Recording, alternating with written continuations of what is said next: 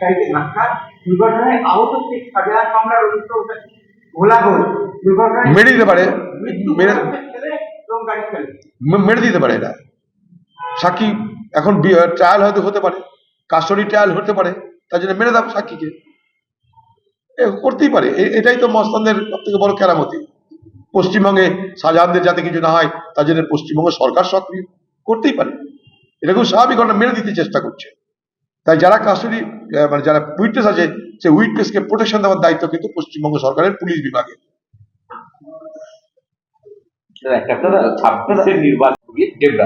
তিনি বলছেন বঞ্চনার জন্য এবং আবেগ নিয়ে বাবলির দরবারের সংখ্যালঘুদের মনে করেন ডেবরার বিধায়ক হুমায়ুন সংখ্যালঘু নেতা হওয়া তৃণমূলের মধ্যে কি একটা এদিক জন্ম। না, এই যে হুমায়ুন জাগত দেবরা সে নিজে খুব একটা হিনিয়াস অফিসার। সে আমাকে খুন করানোর চেষ্টা করেছিল জেলখানার মধ্যে আসামিদেরকে ফিট করে। চ্যালেঞ্জ করলে আমাকে যখন তদন্তকারী আসুক সব বলতে পারবো আমি, আপনাদের মিডিয়ার সামনে বলছি।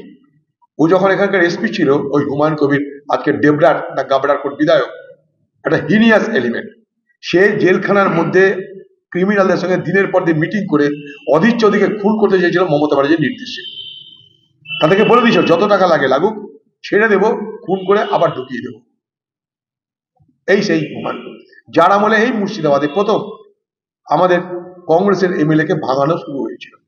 ভয় দেখিয়ে কংগ্রেস একটা এমএলএ কে ভাঙিয়ে তৃণমূলে জয়েন করেছিল। তার পুরস্কার হিসাবে তাকে মমতা ব্যানার্জি বড় বড় পদ দিল, তাকে এমএলএ করলো, মন্ত্রী করলো। আমি আবার বলছি হিনিয়াস এলিমেন্ট।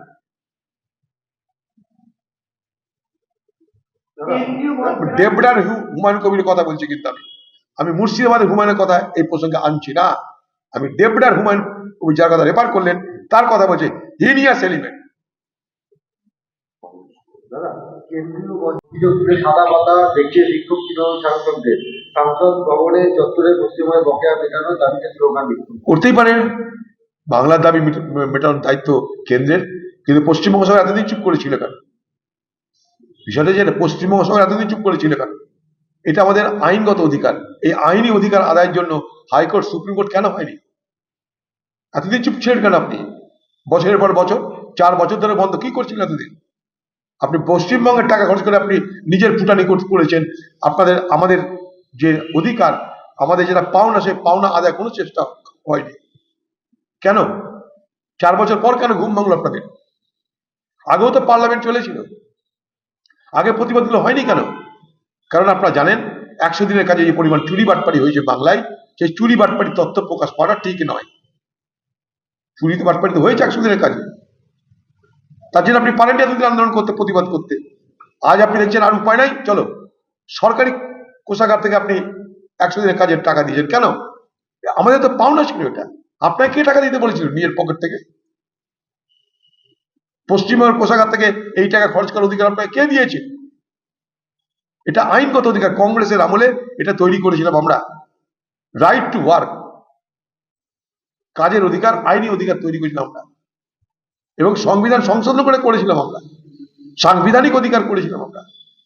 তার জন্য সুপ্রিম কোর্ট পক্ষে রায় দিয়েছে, কারণ এটা সংবিধান, ভারতবর্ষের সংবিধান এটাকে স্বীকৃতি দিয়েছে, তাই সুপ্রিম কোর্ট এর পক্ষে রায় দিয়েছে। এতদিন কি করছিলেন? কুম্ভকর্ণে ঘুমাচ্ছিলেন এতদিন। কলকাতার বাতাসে ডাকতে পারে কমিশন, দাবি করছেন বিজেপি নেতা রাহুল সিনহা। কেন বারবার এই 1 কোটি সংখ্যা তত্ত্ব নিয়ে খুব আগ্রহী বিরোধী দল রাজ্যে? এই সংখ্যা কতটা বেকায়দায় ফেলতে পারে শাসক দলকে? এটা শাসক দলকে কি বেকায়দায় ফেলবে জানি না, তো বিজেপিকে তো বেকায়দায় ফেলবে। কারণ বিজেপি যে লক্ষ্য নিয়ে এটা ভাবছে যে 1 কোটি, তাদের সে লক্ষ্য, তাদের ইচ্ছা পূরণ হবে না। এগুলো বেকার মানুষের মধ্যে। দেখুন, এসআইআর যদি এসআইআর হয় তো তার প্রবক্তা বিজেপি নেতা হবে কেন? 1 কোটি কেন, 10 কোটি নাম বাদ যাক, কিন্তু তার প্রবক্তা বিজেপি পার্টির নেতা হবে কেন? সেটা তো ফাইনাল স্ক্রুটিনি হওয়ার পর আমরা জানতেই পারবো। কিন্তু এখন থেকে তার প্রবক্তাগিরি করে বিজেপি পার্টির নেতারা কাকে ভয় দেখাতে চাইছে? আজকে দেখুন মতুয়াদের ভবিষ্যৎ অন্ধকার হয়ে গেল।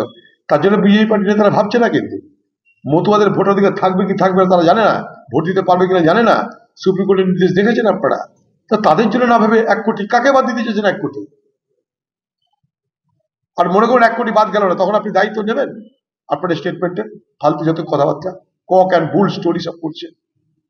ভোটের দিন তার মধ্যে এরা আক্রান্ত বিএলও পর্দায় বিএলওর বাড়িতে গভীর রাতে ইটপাটকেল ভাঙলো জানলার কাজ তদন্ত করুন। মনে করলে পুলিশ এখনই বার করে নিতে পারে। আমার ধারণা টিএমসি পার্টির কথা শুনছে না কোনো বিএলও, এবং তার জন্যই তার বাড়িতে ইটপাটকেল পড়েছে এবং পুলিশের গ্যাথারটাই পড়েছে। এগুলো সব টিএমসির কাজ বলে আমি মনে করছি, এইটা অন্তত। রাজ্যে প্রায় 1 কোটি পর এক গণতা দেবে বলতে হুমায়ুন। দেবে, আমরা অপেক্ষা করবো দেখার জন্য। তৃণমূল থেকে অনেকে যোগাযোগ করছে। ওইটা যে তৃণমূল আবার যোগাযোগ করছে আর মনে সব দাবি মেনে নিয়েছে। তৃণমূল, হ্যাঁ তৃণমূল তো পা ধরবে এখন, তৃণমূল পা ধরবে, তার জন্য কোনো চিন্তা নেই। এই হুমায়ুনকে দিয়েই তো অন্যায় কাজগুলো করিয়েছে, আর সেই হুমায়ুনকে দল থেকে তাড়িয়েছে। অর্থাৎ কাজ করিয়ে নেওয়ার পর দিদি কাছে তা বোঝা হয়ে গেছে। এখন যখন প্রতিবাদ হচ্ছে, তৃণমূলের মধ্যে খলবলি মিশে গেছে, তৃণমূলের মধ্যে অনেক মুনাফেকের জন্ম হয়ে গেছে, তারা গ্রামে বেরোতে পারছে না। একটা ছেলেকে ডেকে নিয়ে গিয়ে তাকে জল খাইয়ে আর ওদিক থেকে কলকাতাতে নিয়ে গিয়ে তাকে দল থেকে তাড়ানোর ব্যবস্থা করছে। কি দরকার ছিল চালাকি করা? তারাবে তারা, রাখবি রাখ, মুনাফেকি করা কি দরকার ছিল? দিদি মুনাফেকদের নেত্রী। গাড়িতে ধাক্কা, দুর্ঘটনায় আহত শেখ শাহজাহান মামলার অভিযুক্ত ঘোলাঘোল দুর্ঘটনায় মেরে দিতে পারে, মৃত্যু মেরে ছেলে এবং গাড়ি ফেলে। মেরে দিতে পারে এরা। সাক্ষী এখন ট্রায়াল হয়তো হতে পারে, কাস্টডি ট্রায়াল হতে পারে, তার জন্য মেরে দাও সাক্ষীকে। করতেই পারে, এটাই তো মস্তানদের সব থেকে বড় কেরামতি। পশ্চিমবঙ্গে শাহজাহানদের যাতে কিছু না হয় তার জন্য পশ্চিমবঙ্গ সরকার সক্রিয়, করতেই পারে। এটা খুব স্বাভাবিক ঘটনা, মেরে দিতে চেষ্টা করছে। তাই যারা কাস্টডি মানে যারা উইটনেস আছে, সেই উইটনেসকে প্রোটেকশন দেওয়ার দায়িত্ব কিন্তু পশ্চিমবঙ্গ সরকারের পুলিশ বিভাগে। আপনারা 26-এর নির্বাচন দেবরাজ তিনি বলছেন বঞ্চনার জন্য এবং আবেগ নিয়ে বাবলির দরবারে সংখ্যালঘু মনে করেন দেবরাজ বিধায়ক হুমায়ুন সংখ্যালঘু নেতা হওয়া তৃণমূলের মধ্যে কি একটা এলিট জন্ম না, এই যে হুমায়ুন জাগত দেবরা, সে নিজে খুব একটা হিনিয়াস অফিসার।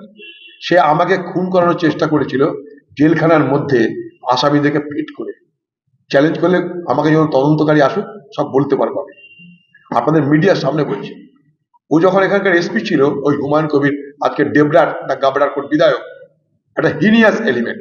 সে জেলখানার মধ্যে ক্রিমিনালদের সঙ্গে দিনের পর দিন মিটিং করে অধীর চৌধুরীকে খুন করতে চেয়েছিল মমতা ব্যানার্জির নির্দেশে। তাদেরকে বলে দিয়েছিল যত টাকা লাগে লাগুক, ছেড়ে দেবো, খুন করে আবার ঢুকিয়ে দেবো।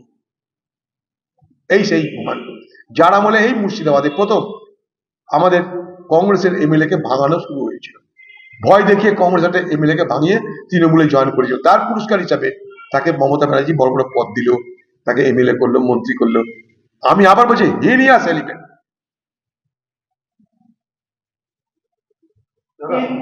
দেবরার হুমায়ুন কবির কথা বলছি, কিন্তু আমি মুর্শিদাবাদের হুমায়ুনের কথা এই প্রসঙ্গে